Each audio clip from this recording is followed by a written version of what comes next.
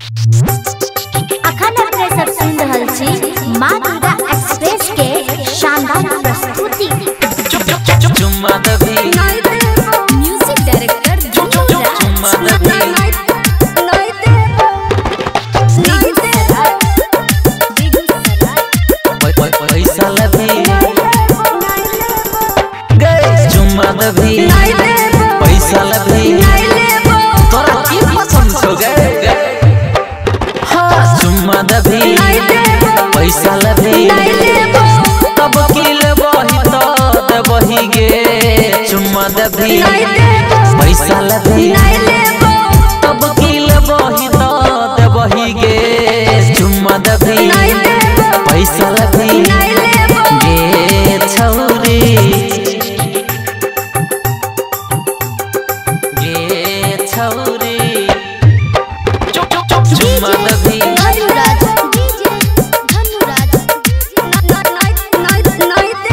चुम्मा दबी पैसा लबी तोरा हम ही खिलेबो खुद गे तब बरतो तोहर बुद्धि हमरा दहिया में होइया गुदू गुदी गे तोहर देख के दोनों खुदी सोना लेबे चांदी लेबे तब की लेबही तो देबही गे चैन लेबे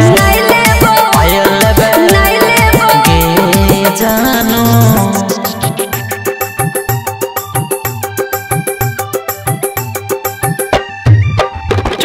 चुम्मा दबी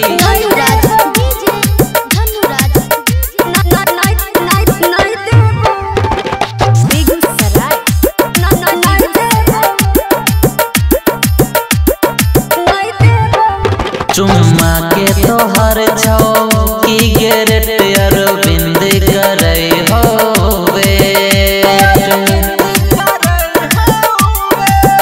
राजा माझी से होई जो से गे अब केते के रहबे ठंडा पीबे रसगुल्ला खेबे तब की खेबही तो देबही गे चुम्मा दबी